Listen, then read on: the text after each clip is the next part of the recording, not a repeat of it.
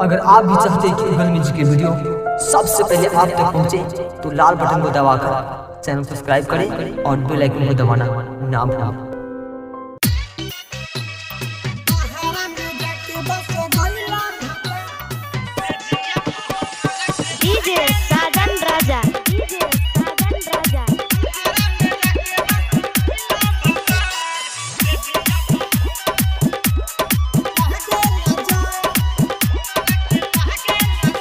देखी जारा के दिन इहा आइल सैया बहरा में बानी घुरी आइल सैया बहरा में बानी घुरी आइल। देखी जारा के दिन इहा आइल सैया बहरा में बानी घुरी आइल। अब सहब न सितम आज कहतानी हम, अब सहब न सितम आज कहतानी हम। देहिया में लागे बड़ी ठार बहरा में जाके बस गइल भतार से जिया पर हमरा के लागे लाचार।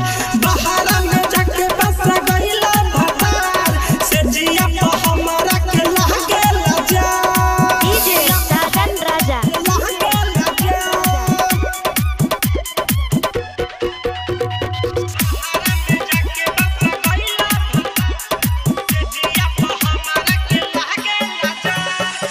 कट नजारा रजाई के तरह में बस गइला बानी राजा रउआ शहर में।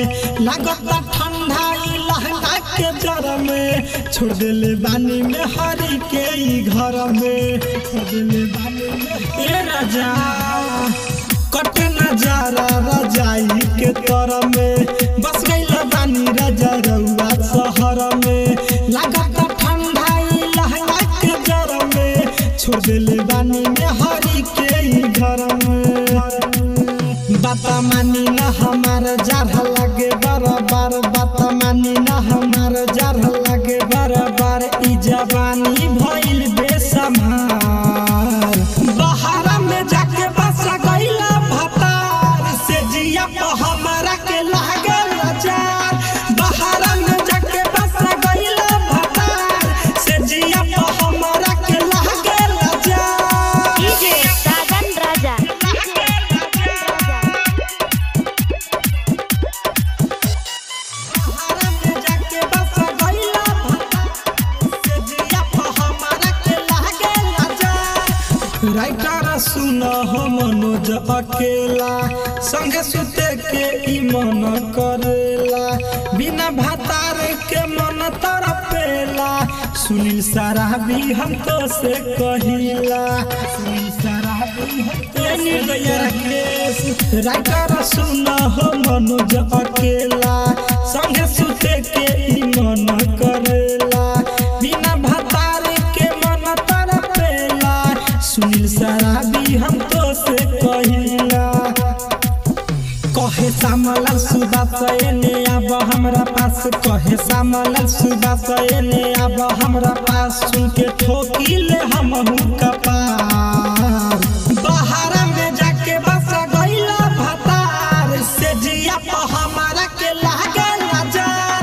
बहरा में जाके बस गइला भतार से जिया पर हमरा के लागे लाचार। देखी जारा के दिन इहा आइल सैया बहरा में बानी घुरी आइल। अब सहब न सितम आज कहतानी हम, अब सहब न सितम आज कहतानी हम। देहिया में लागे बड़ी ठार